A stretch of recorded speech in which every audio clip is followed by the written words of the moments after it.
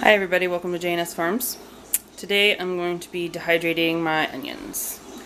There's about 20 pounds right here, and that's about what will fit in my dehydrator. Really, Ray? And here's my helper, Miss Ray. She's noisy.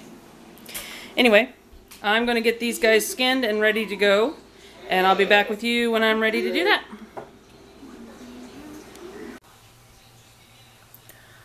As you can see, my helper has now crashed, and it's kind of a good thing.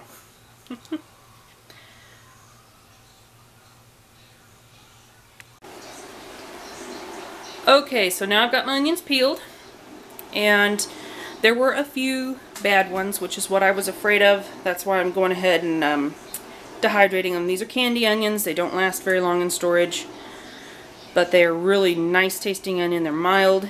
They taste really great in soup, and I just like them, even though they're not a good storage onion. But they do dehydrate beautifully, and they taste really, really nice. I'm using my ProSmart slicer, and I just got the box out so you could see it. I got it at Walmart, and I do a lot of things on that thing. I use it for French fries, hash browns, cutting up my onions. I make coleslaw with it. I just do a lot of things with it. And the neat thing about it is kind of like a mandolin, but this, you just push it in and it gives you different settings. I'm going to use the large setting that slices, and this is what I use to make my French fries with too. So there's 4 different settings. There's thin, on the slices there's thin and thick, and then there's thin and thick slices that, you know, make like your French fries, or the thinner one on with the different blades like this. That is what I use to make hash browns or minced onions. Today I'm going to be making the bigger onions.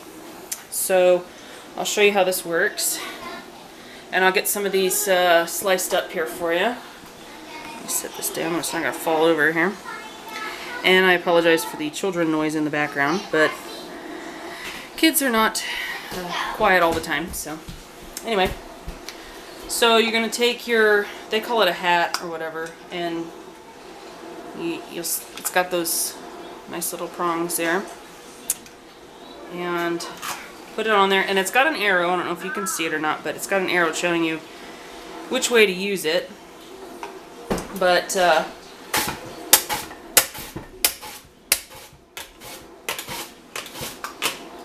and it does a really nice job. It gets almost all the onion, hardly any waste. I really like it. I hope that wasn't something breakable in the background.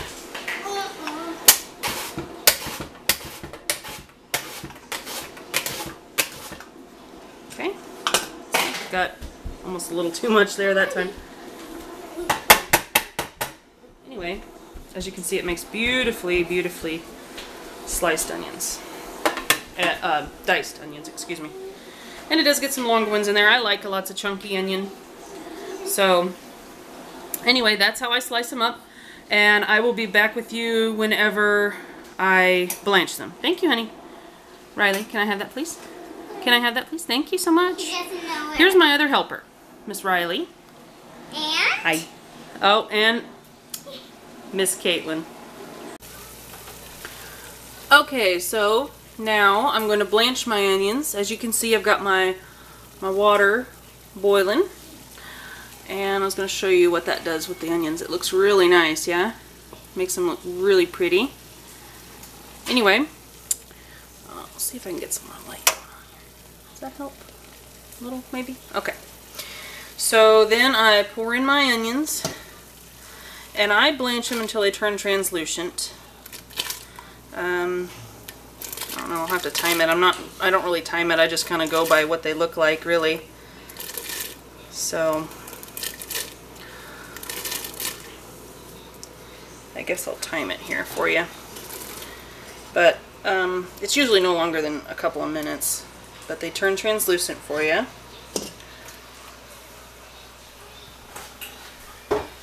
And then I will take them over to the stove, or excuse me, they're on the stove. I will take them over to the sink, and I will rinse them and get them cooled, because you want to cool them. That way, that stops the blanching process. So,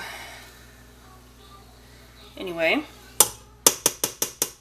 I'm going to let those, they usually will come back up to a boil, but when they turn a little bit translucent, I'll show you what they look like. That way you can kind of know. But it's usually no more than a couple of minutes anyway. So I'll be back with you when these are translucent and ready to strain and cool. Here is my other helper for the day. She's sitting in my chair, or sleeping in my chair rather. Elsa, do you realize you're sitting in my chair? Huh? You're sitting in my chair. Bad kitty. I don't think she really cares. I honestly think she's just happy where she is. Oh my goodness. It's a wonder I get anything done.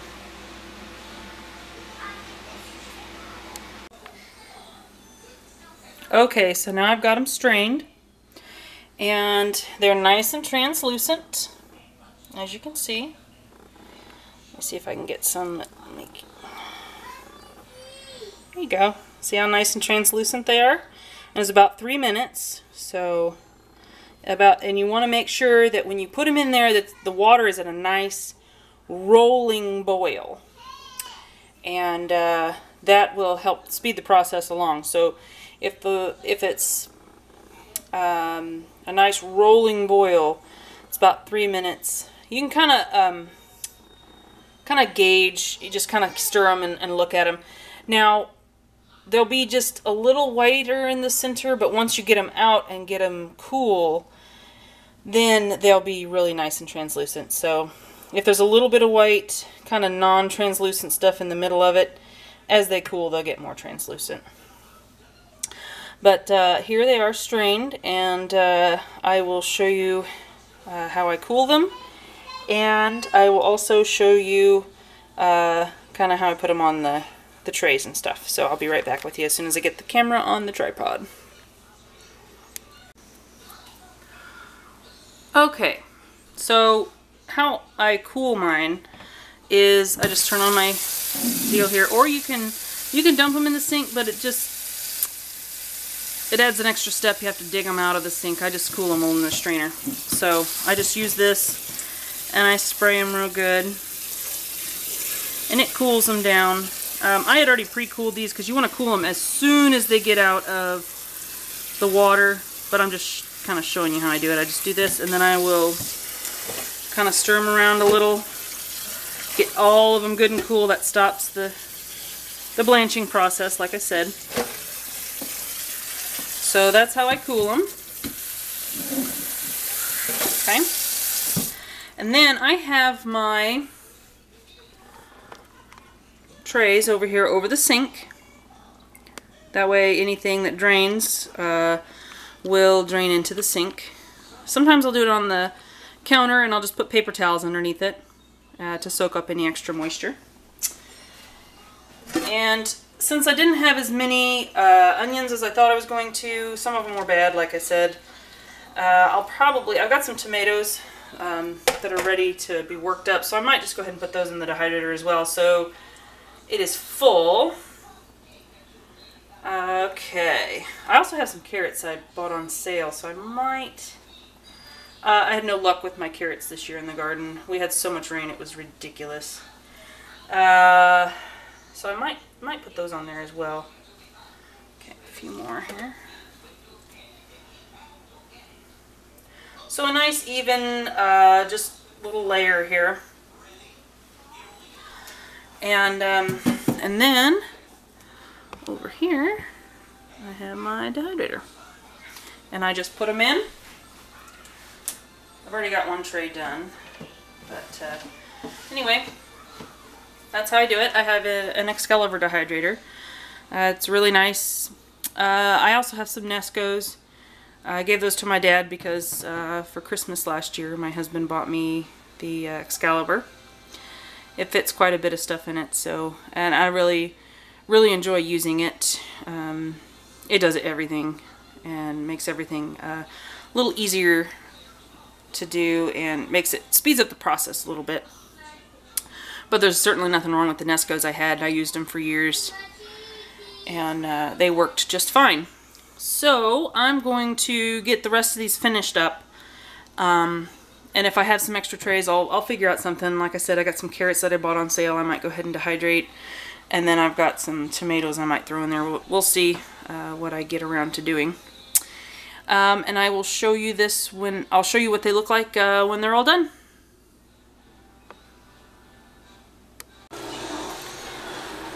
Okay, so now we have the onions dehydrated. It's the next morning, and they're nice and crunchy, and they have a really nice color to them. And they do stick to the tray, but they do peel off pretty easy too. So I'm going to show you how I do that. And I just kind of peel that off, and then I'll fold it one way, fold it the other, and that kind of gets them unstuck. And then I'll just take them and kind of work them loose from the plastic piece here. Get them into kind of the center.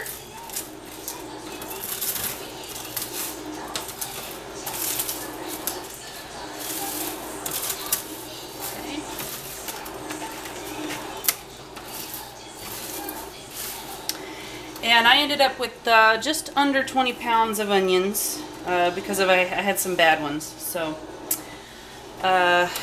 this 20 pounds of onions will fit in this jar here. So that's quite a few. Anyway, so I'll take it and I'll just kind of turn it into a little funnel here. I'll set this guy out of the way.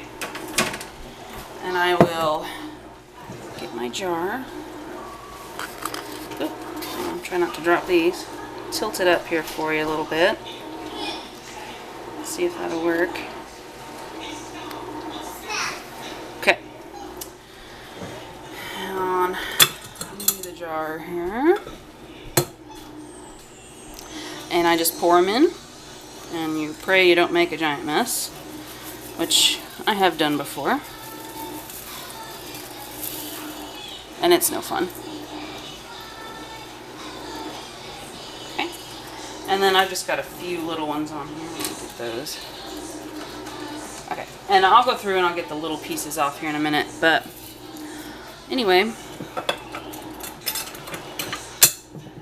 I'll put these in a different jar when I'm done. But this is just kind of a holding jar for now.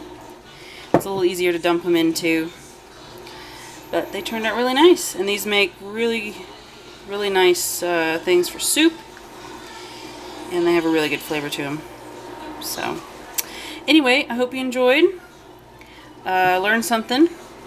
Any questions or comments, let me know, and I will talk to you guys later. Mom? Bye.